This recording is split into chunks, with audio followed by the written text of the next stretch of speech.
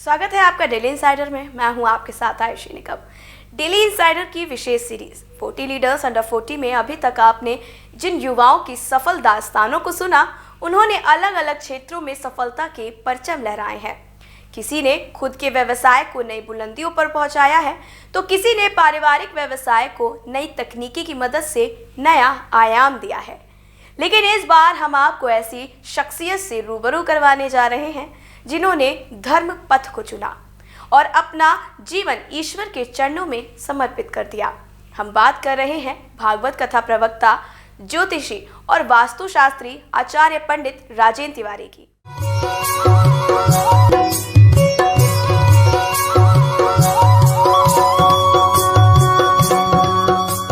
आचार्य पंडित राजेंद्र तिवारी का कहना है कि आध्यात्म के पथ पर चलने की प्रेरणा परिवार से मिली। विशेष सहयोग बड़े भाई द्वारा दिया गया। उन्हीं के सहयोग से मैं संस्कृत विद्यालय में अध्ययन करने गया। शुरुआत में कठिनाइयों का सामना करना पड़ा। जानने वालों, रिश्तेदारों और पड़ोसियों ने मुझसे पूछा कि आखिर इस दिशा में क्यों आगे बढ़ रहे हो।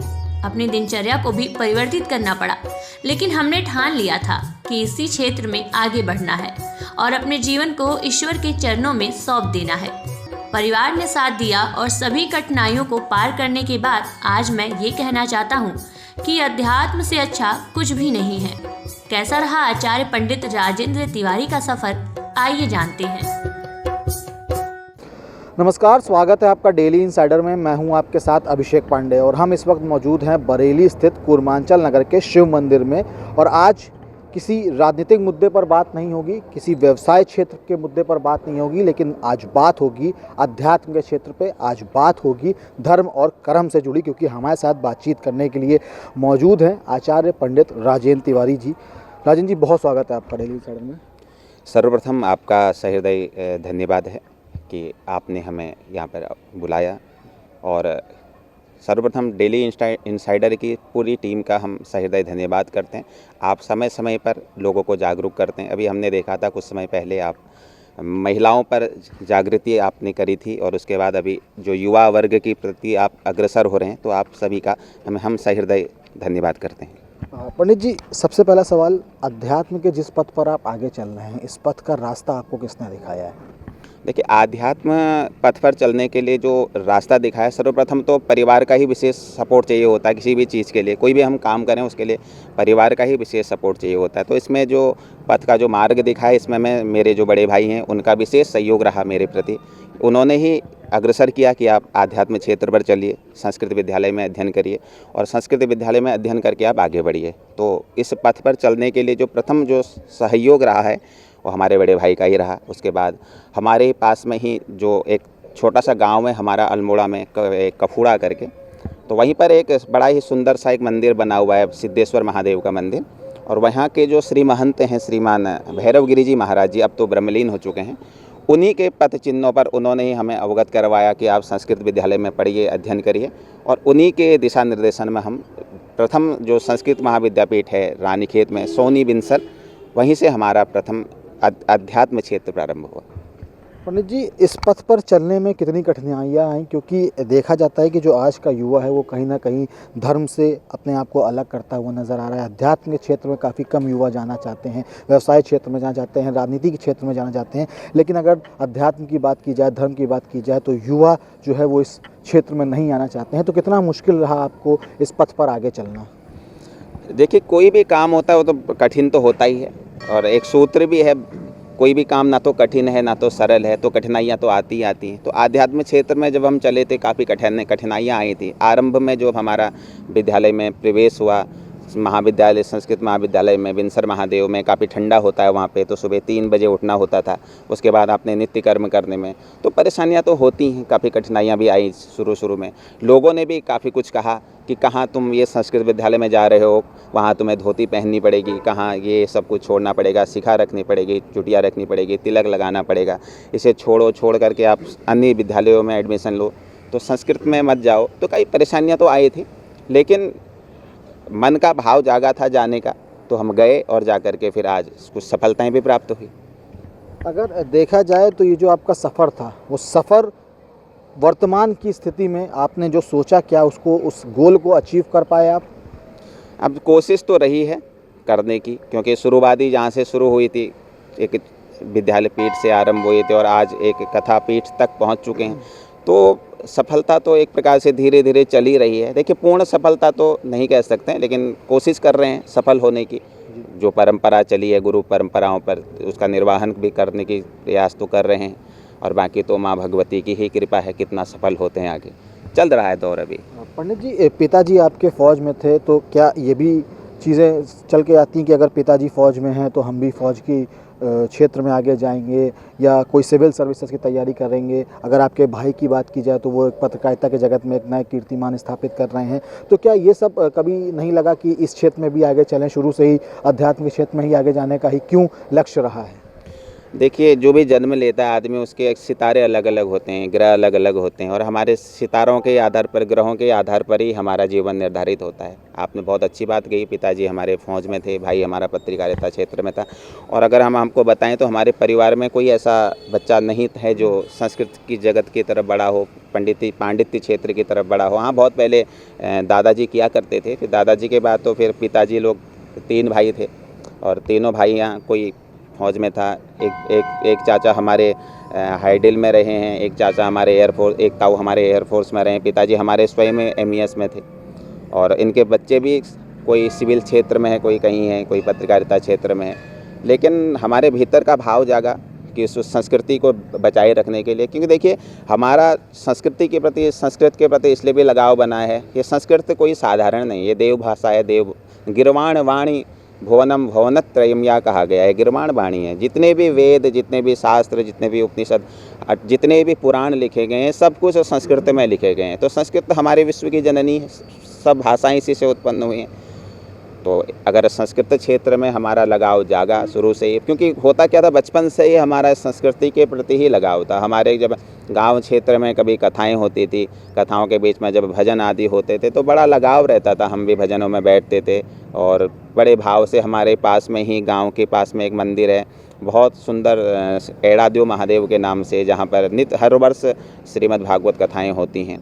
तो बचपन से ही हम लोग जाते थे, और जा कर के कथाओं के प्रति लगाव रहा, और महापुरुषों को देख करके मन में भाव जागा कि कितना सुंदर जीवन है, और वास्तव में महापुरुषों का जीवन श्रेष्ठ भी है। पथ चिन्हों पर हम चले, और चलने के पश्चात जब अंदर से भाव जागा तो फिर आध्यात्म को ही धारण करने का मन आया जीवन में, और फिर उसी आध्यात्म को हमने अपने जीवन में धारण किया। प्रयास कर रहे हैं कि आगे भी इसी को धारण करेंगे। पंडित जी, एक सवाल और है। अगर बात की जाए हिंदू धर्म की, तो कहा जाता है कि ये सनातन धर्म है। अब इस सनातन धर्म की परिभाषा क्या है? देखिए, हिंदू कोई धर्म नहीं है, हिंदू एक सभ्यता है। आज के समय में हम कहते हैं कि हम हिंदू धर्म वाले हैं, तो धर्म वास्तव में सनातन ही है, सत्य सनातन धर्म। और देखिए, सत्य सनातन धर्म ही एकमात्र ऐसा धर्म है जो विश्व का कल्याण की कामना करता है। जब हम लोग जय घोष लगाते हैं तो विश्व का कल्याण हो कहते हैं, तो जिसमें कल्याण का भाव होता है वही सनातन है। और सनातन का अर्थ है जो पहले से ही उत्पन्न हुआ। ये जब सृष्टि आरंभ हुई तो सृष्टि आरंभ में केवल एक धर्म था, उसका नाम था सत्य सनातन धर्म, और सनातन धर्म की ही फिर अन्य शाखाएं बनी। तो सनातन धर्म का जो मुख्य लक्ष्य है वह जगत का कल्याण है, हमारा जगत का कल्याण हो। और सनातन धर्म में ही अनेक ऋषि उत्पन्न हुए, सनातन धर्म में ही देवता उत्पन्न हुए। केवल एकमात्र सनातन धर्म ऐसा धर्म है जिस धर्म में देवताओं की उत्पत्ति हुई है, अन्य किसी धर्म में कोई ऐसा देव उत्पन्न नहीं हुआ। इसलिए सत्य सनातन धर्म जो पूर्व से ही आरंभ हुआ है, जिसमें सत्यता है, जिसमें जगत का कल्याण, विश्व के कल्याण की जिसमें कामना छिपी रहती है, वही सनातन धर्म है। पंडित जी, आज जब आप सुनते हैं कि हिंदुओं की आस्था के साथ खिलवाड़ हो रहा है, हिंदू खतरे में है, रामचरितमानस की पंक्तियों पर विवाद हो रहा है, राम के वर्चस्व पर बात हो रही है, राम मंदिर पर बात होती है, भक्तों पर गोलियां चलाने की बात होती है, जब ये तमाम चीज़ें आप सुनते हैं तो क्या आपको लगता है कि क्या सच में हिंदू धर्म खतरे में है या हिंदू खतरे में है? मूल कारण तो इसमें हम कहेंगे कि सनातन धर्मियों का ही कुछ दोष है। देखिए, आज के समय में हमारे सनातन धर्म में जो 33 करोड़ देवी देवता हैं, 33 करोड़ देवी देवता हैं, उन 33 करोड़ देवी देवताओं पर आप देखते होंगे सोशल मीडिया में या फेसबुक में ये काफ़ी उनके ऊपर ऐसे ऐसे गाने बनाए गए हैं, ऐसे ऐसे वीडियोज़ बनाई जाती हैं। तो हमारा सनातन धर्म वाला खुद ही शांत बैठा रहता है। अगर हमारा सनातन धर्म वाला जाग जाए तो कभी ऐसा आरोप नहीं लग सकता है। अन्य किसी धर्म में आप बात करके देख सकते हैं, अन्य किसी धर्म में अल्लाह के ऊपर आप कुछ कहलवा करके देखिए, किसी भी धर्म के प्रति कोई नहीं बोलता। लेकिन हमारे सनातन धर्म में लोग सोए हुए हैं। क्यों? सनातन धर्म में जन्म लेने मात्र से हम सनातन धर्मी नहीं हो सकते। कुछ चिन्ह होते हैं, हमारी शिखा, माथे पर तिलक, जनेऊ, जब तक हमारे पास नहीं है तब तक हम सनातन धर्म वाले नहीं हैं। और सनातन धर्म सत्य था, सत्य है, सत्य रहेगा। आज के समय में जो सनातन धर्म पर ऐसे आरोप लगाए जा रहे हैं ये क्षणिक रहते हैं, क्योंकि सत्य कभी छिपता नहीं है। सत्य कमज़ोर ज़रूर हो सकता है, लेकिन एक समय में सत्य ऐसा रहता है कि वो छिपता नहीं है। झूठ तो झूठ ही रहता है, एक झूठ के पीछे कई झूठ बोलने पड़ते हैं, लेकिन फिर वो झूठ का पर्दाफाश हो जाता है। लेकिन जो सत्य है वो तो सत्य रहेगा। राम सत्य थे, कृष्ण सत्य थे, ये सत्य हैं तो सत्य हैं, रहेंगे भी हमेशा।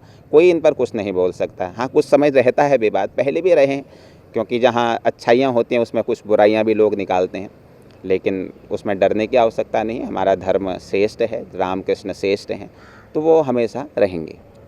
पंडित जी, अगर आज के युवा की बात की जाए तो जो युवा है वो ये चाहता है कि धर्म कर्म से वो अपने आप को खुद को अलग कर ले, वो नौकरी पेशा हो जाए, व्यवसाय के क्षेत्र में आगे बढ़े या अन्य गतिविधियों के क्षेत्र में वो आगे बढ़े। लेकिन जो युवा है उसको आप कोई मैसेज देना चाहेंगे कि इस धर्म के, इस अध्यात्म के क्षेत्र में भी बहुत बड़ा स्कोप है? सर्वप्रथम तो मैं आपसे कहना चाहूँगा कि युवा अब जाग रहा है। हमारे बनारस, जहाँ से हमने आचार्य किया, MA किया, वहाँ पर 2 बड़ी यूनिवर्सिटी हैं। एक तो संपूर्णानंद यूनिवर्सिटी है और एक BHU, 2 यूनिवर्सिटी वहाँ पर हैं। और वहाँ पर टोटल आकलन किया गया था, जो स्कूल हैं कम से कम 450 संस्कृत स्कूल हैं। उसके बाद उत्तराखंड की अगर बात की जाए तो उत्तराखंड में हरिद्वार में एक बड़ी संस्कृत यूनिवर्सिटी है, उत्तराखंड संस्कृत यूनिवर्सिटी। उसके बाद गढ़वाल की बात की जाए तो एक यूनिवर्सिटी वहाँ पर भी बनी है, हेमवती नंदन बहुगुणा यूनिवर्सिटी। तो कुल मिलाकर के हमारे इस भारतवर्ष में, केवल भारतवर्ष की अगर बात की जाए, कम से कम 3,500 से ज़्यादा संस्कृत विद्यालय हैं। और 3,500 से अधिक संस्कृत विद्यालयों में और हर साल हम देखते हैं कि कम से कम हज़ारों की संख्या में बच्चे आचार्य करके आ रहे हैं। तो संस्कृति एक बार सो चुकी थी, लेकिन अब संस्कृति हमारी जाग रही है। युवा लोग संस्कृत की तरफ अग्रसर हो रहे हैं। पहले के समय में ये जो कथाएं होती थी, राम कथा, श्रीमद् भागवत कथा, देवी भागवत, शिव महापुराण, ये कहीं कहीं हुआ करती थी, लेकिन आज आप देख रहे हैं कि हर क्षेत्र में, हर मंदिर में कथाएं हो रही हैं। तो कहीं ना कहीं तो युवा वर्ग जाग रहा है, युवा वर्ग सो नहीं रहा है। अब हमारी संस्कृति जाग रही है, संस्कृत में लोग अग्रसर हो रहे हैं। लोग अपने बच्चों को गुरुकुलों में पढ़ाने के लिए भेज रहे हैं। यहीं जहाँ हम बरेली में हैं, बरेली में भी एक संस्कृत विद्यालय है, श्री सांग वेद त्रिवटीनाथ संस्कृत विद्यालय। वहाँ पर भी करीब 1,000-1,200 बच्चे अध्ययन करते हैं। तो संस्कृति अब जाग रही है। पहले के समय में थे जो युवा सोए थे, अब जब से ऐसे महापुरुष उत्पन्न हुए हैं, उन महापुरुषों के पग चिन्हों में चल करके, महापुरुषों की कथाओं को श्रवण करके, पूज्य राजेंद्र दास जी हमारे गुरुदेव, इनके दिव्य प्रवचनों को सुन करके लोगों के मन में परिवर्तन भी आया है, लोग बदल भी रहे हैं। और हर क्षेत्र में आज युवा वर्ग जाग रहा है। संस्कृत की क्षेत्र में भी लोग जाग रहे हैं। छोटे छोटे बच्चे संस्कृत क्षेत्र की तरफ बढ़ रहे हैं। और जो लोग आध्यात्म जगत की तरफ नहीं बढ़ना चाह रहे हैं, जो लोगों के मन में भाव आता है कि आध्यात्म जगत कुछ नहीं है, तो हम आपसे कहना चाहेंगे कि आध्यात्म जगत ही एकमात्र वह जगत है जिसमें हमारा कल्याण छिपा होता है, क्योंकि कल्याणकारी जगत है आध्यात्म जगत। यहाँ पर आकर के आदमी का मन परिवर्तन होता है, आदमी के भाव परिवर्तन होते हैं ना। संस्कृत में आकर के संस्कृत का विद्यार्थी अगर आप देखें, एक धोती पहना हुआ व्यक्ति, माथे पर तिलक लगाया हुआ व्यक्ति कुछ बुरा नहीं कर सकता है। अगर वो चाहे तो जगत को परिवर्तन कर सकता है। ब्राह्मण अगर चाहे तो सृष्टि परिवर्तन कर सकता है। तो संस्कृति जाग रही है, अब संस्कृति सो नहीं रही है, अभी तो संस्कृत जागृत हो रही है। पंडित जी, एक आखिरी सवाल है। डेली इनसाइडर जो हमारा न्यूज़ चैनल है वो 40 ऐसे युवाओं को चिन्हित कर रहा है जो अलग अलग क्षेत्रों में अपना कार्य को आगे लेकर जा रहे हैं और जिन्होंने समाज के लिए कुछ किया है। उसी में से एक आप भी हैं और इस कार्यक्रम का नाम है 40 लीडर्स अंडर 40। क्या कहना चाहेंगे इस कार्यक्रम को लेकर?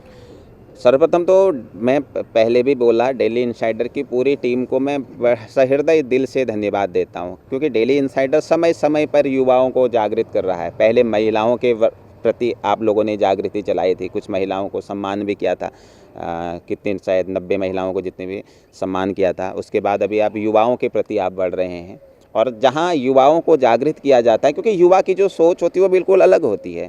एक नई सोच, एक नई समझ युवाओं के मन में रहती है।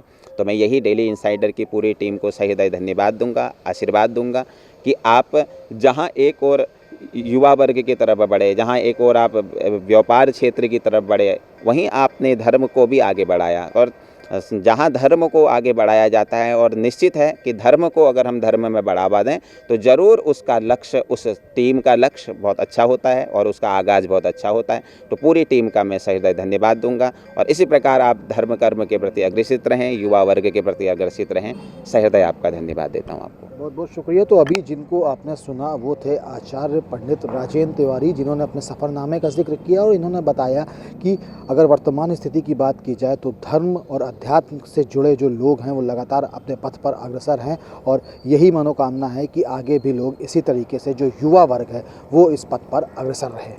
कुरमांचल नगर मंदिर समिति के हिमांशु बताते हैं कि हमारी सोसाइटी में आध्यात्मिक क्षेत्र में क्रांति लाने का श्रेय आचार्य पंडित राजेंद्र तिवारी को जाता है। सोसाइटी के युवाओं में अपने धर्म को जानने की भी इच्छा जगी है। पंडित पहले तो हमारे लिए सबसे एक सौभाग्य का विषय होगा कि पंडित राजेंद्र तिवारी जी हमारी कुरमांचल नगर में रहते हैं और इनके उससे हमारे उसमें काफ़ी उसमें धार्मिक क्षेत्र में काफ़ी क्रांति आई है। नए युवा इस धार्मिक कार्यों से जुड़ रहे हैं और पंडित जी के माध्यम से अभी यहाँ भागवत कथा का आयोजन हुआ था, जिसके कारण यहाँ धार्मिक क्षेत्र में काफ़ी क्रांति आई है। डेली इंसाइडर की विशेष सीरीज 40 लीडर्स अंडर 40 में आपने देखी आचार्य पंडित राजेंद्र तिवारी की कहानी, जिन्होंने अध्यात्म के क्षेत्र में अपनी एक पहचान बनाई है। फिलहाल अब हम लेंगे आपसे विदा, मिलेंगे एक नई प्रेरणादायक कहानी के साथ। बने रहिए हमारे साथ और देखते रहिए डेली इंसाइडर। धन्यवाद। यूपी और देश दुनिया की तमाम ताज़ा तरीन खबरों के लिए गूगल प्ले स्टोर से आज ही डाउनलोड करें हमारा तेजी से उभरता न्यूज़ ऐप डेली इंसाइडर।